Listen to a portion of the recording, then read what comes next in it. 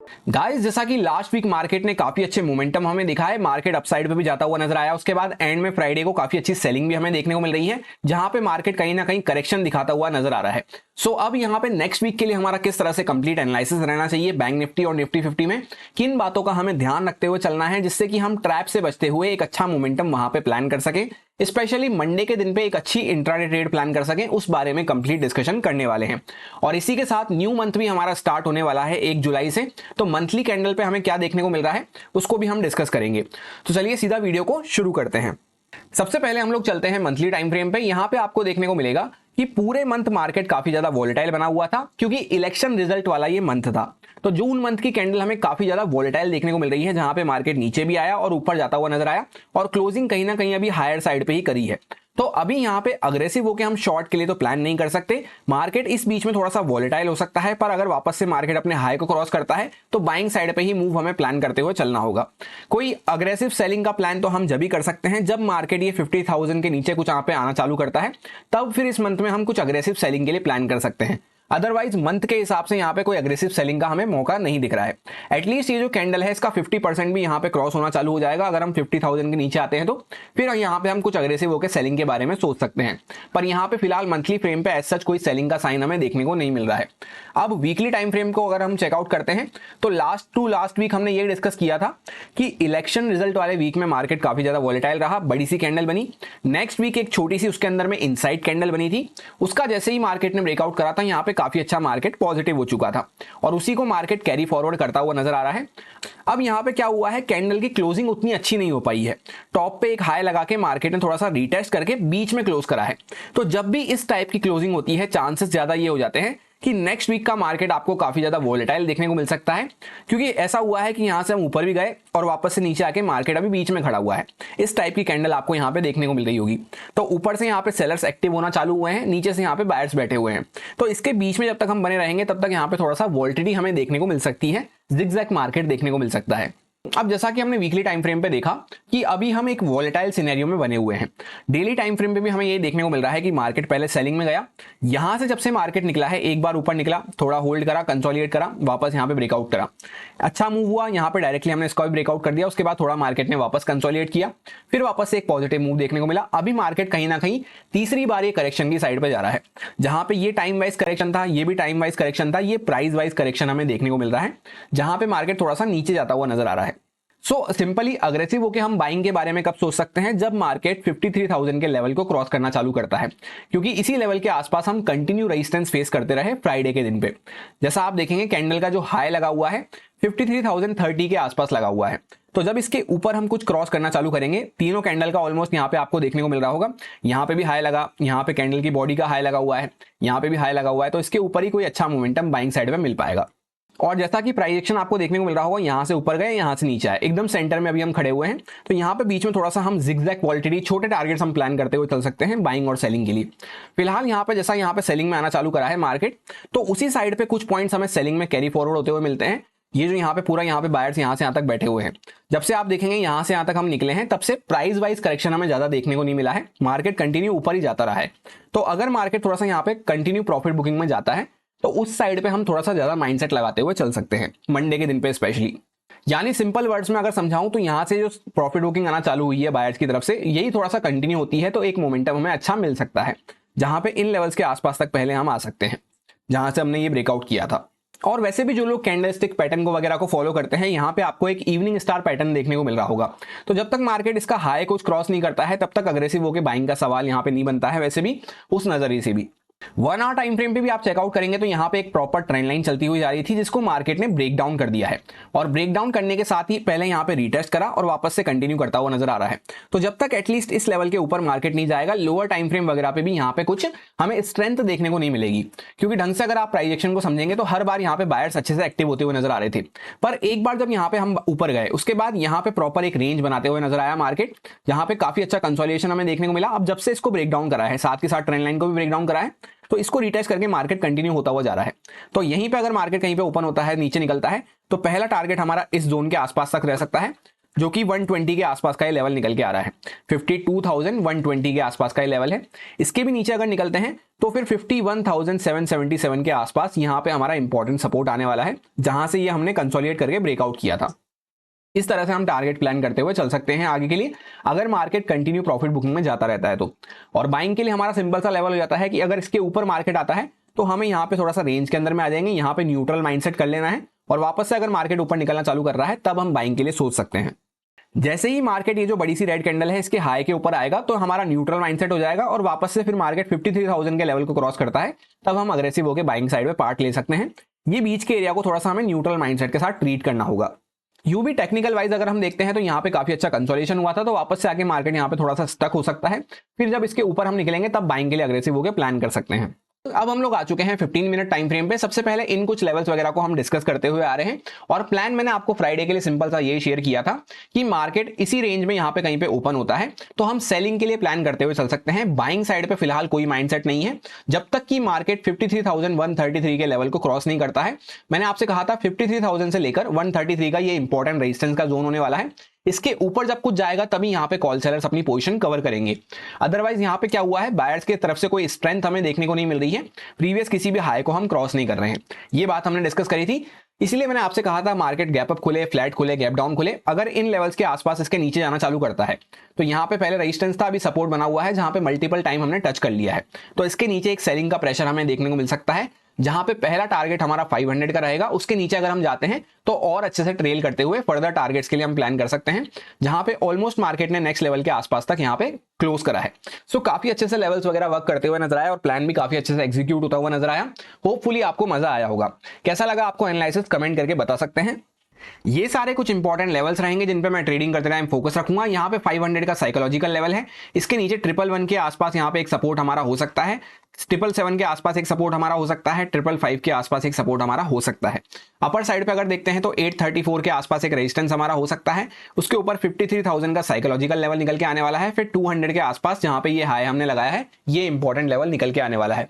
Simple सा एक line में प्लान ये है कि अच्छे यहाँ पे स्ट्रेच लेने के बाद अभी मार्केट प्रॉफिट बुकिंग में आ रहा है तो उसी साइड पे सेलिंग की कोई कंडीशन मिलती है तो हम वहां पे उसको फॉलो कर सकते हैं। अदरवाइज जब तक नहीं मिल रही है तब तक हम आराम से वेट एंड वॉच कर सकते हैं। बाइंग की साइड पे अभी फिलहाल तो कोई माइंडसेट नहीं है, पर बीच बीच में मार्केट छोटा मोटा रिट्रेसमेंट वगैरह करके फिर वापस से अगर सेलिंग में जा रहा है तो हम प्लान कर सकते हैं। अच्छे से हम बाइंग जब भी कर पाएंगे जब मार्केट कुछ इंपॉर्टेंट लेवल्स वगैरह को क्रॉस करना चालू करता है और उनके ऊपर सस्टेन करना चालू करता है। एटलीस्ट जहां से ये ब्रेकडाउन करा है और रीटेस्ट करके वापस से फॉल करना चालू करा है, इसके ऊपर कुछ सस्टेन करना चालू करे तब हम बाइंग के बारे में कुछ सोच सकते हैं। और जैसा यहाँ पे पिछले किसी भी हाई वगैरह को भी हम क्रॉस नहीं कर रहे, तो यहाँ पे मार्केट आके एक हाई को क्रॉस करे, इस टाइप का प्रेडिक्शन बनाए इसके ऊपर, तभी हम अग्रेसिव होकर बाइंग के बारे में सोच पाएंगे।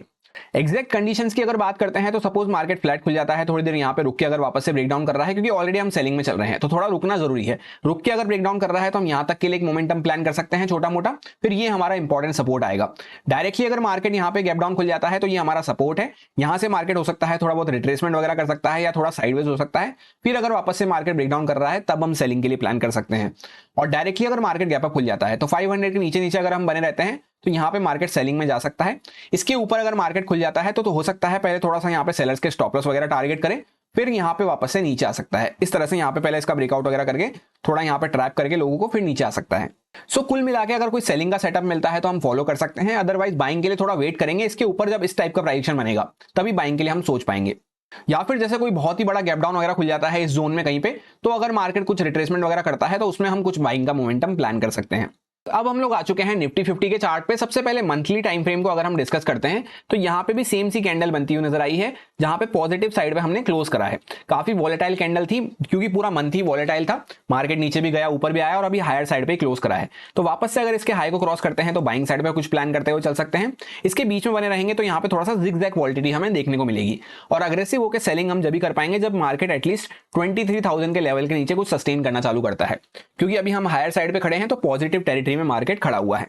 वीकली टाइम फ्रेम पे अगर चेकआउट करते हैं तो यहाँ पे वॉलेटाइल कैंडल बनी, उसके बाद छोटी छोटी कैंडल्स बनाता हुआ मार्केट ऊपर चल रहा था, धीरे धीरे जिगजैग करता हुआ अभी यहाँ पे इस वीक काफी अच्छा मोमेंटम होता हुआ नजर आया है। तो सेलिंग के लिए हम इसके नीचे ही कुछ प्लान कर सकते हैं। बीच में यहाँ पे थोड़ा सा मार्केट होल्ड कर सकता है और वापस से अगर अपने हाई को क्रॉस कर रहा है तो छोटा सा स्टॉप लॉस डाल के हम बाइंग साइड पे कंटिन्यू करते हुए चल सकते हैं।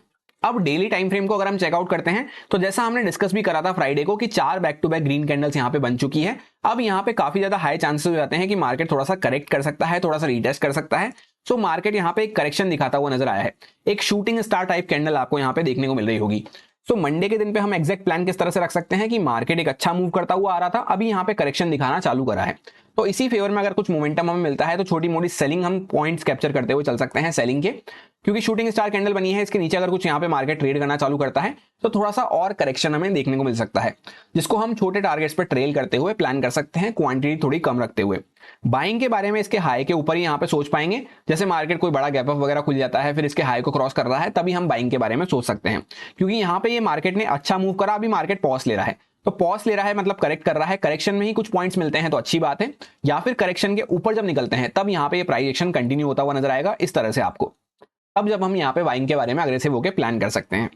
1 आवर टाइम फ्रेम पे भी आप चेकआउट करेंगे तो कहीं कोई यहाँ पे करेक्शन का साइन नहीं है, जब से मार्केट यहाँ पे चलता हुआ जा रहा है, अभी जाके मार्केट ने क्या करा, अपने इस हाई को क्रॉस ना करते हुए पहले एक लो लगाया, वापस ऊपर गया और हाई के पहले से ही एक नया लो लगाना चालू कर दिया है। तो कहीं ना कहीं मार्केट शॉर्ट टाइम फ्रेम पे करेक्शन दिखा रहा है, पर ब्रॉड टाइम फ्रेम पे एक अच्छे स्ट्रेंथ में बना हुआ है, तो ये करेक्शन हमारे लिए हेल्दी हो सकता है। अगर करेक्शन है वाकई में ये, तो थोड़ा सा अगर नीचे मार्केट हमें मिलता है तो बाइंग की एक अच्छी अपॉर्चुनिटी बन सकती है। तो फिलहाल तो हम करेक्शन के साइड पे ही प्लान रखते हुए चल सकते हैं, जहां पे छोटे मोटे पॉइंट्स हम सेलिंग में कैप्चर करते हुए चल सकते हैं। बाइंग के लिए अग्रेसिव होकर जब भी सोच पाएंगे जब एटलीस्ट ये जो बड़ी सी रेड कैंडल बनी है इसके ऊपर जब मार्केट इस टाइप का प्राइस एक्शन बनाना चालू करता है। अब इससे पहले 15 मिनट टाइम फ्रेम पे चल के एग्जैक्ट इंट्राडे कंडीशंस को हम डिस्कस करें, एक नजर डाल लेते हैं फ्यूचर एंड ऑप्शंस के डेटा पे। जैसा कि फ्राइडे का ये डेटा है 28 जून का, तो यहाँ पे रिटेलर्स के जो है कंप्लीटली हमें बुलिश देखने को मिल रहे हैं, ऑलमोस्ट सारी पोजीशंस बुलिश साइड पे हैं। डीआईए की तरफ से ज्यादा कोई एक्शन नहीं रहता है, इनको हम चाहें तो इग्नोर कर सकते हैं। एफआईए की तरफ से यहाँ पे थोड़ा सा मिक्स माइंडसेट हमें देखने को मिल रहा है, जहां पे न्यूट्रल टू बुलिश हम कह सकते हैं, कॉल बाइंग हुई है और फ्यूचर्स बाय होते हुए नजर आए हैं, और थोड़े बहुत यहाँ पे पुट बाय भी होते हुए नजर आए हैं। तो वॉल्यूम्स कम है पर यहाँ पे मिक्स माइंडसेट हमें देखने को मिल रहा है।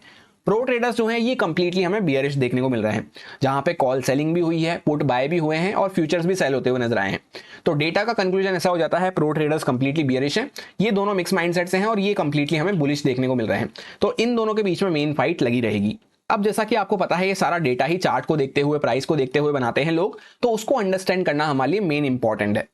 अब 15 मिनट टाइम फ्रेम पे हम आ चुके हैं यहाँ पे एग्जैक्ट इंट्राडे कंडीशंस को डिस्कस करने के लिए। सबसे पहले ये कुछ लेवल्स वगैरह मैंने आपसे फ्राइडे को डिस्कस करे थे और प्लान सिंपल सा ये शेयर किया था कि अगर मार्केट यहाँ कहीं पे फ्लैट खुल जाता है, वापस से अपने हाई को क्रॉस करता है, तो हम कुछ मोमेंटम बाइंग साइड पे प्लान करते हुए चल सकते हैं, उसके बाद मार्केट वापस से रिवर्स कर सकता है, क्योंकि ओवरऑल ज्यादा बड़े कोई मूव के लिए यहाँ पे हमें प्लान नहीं करना है।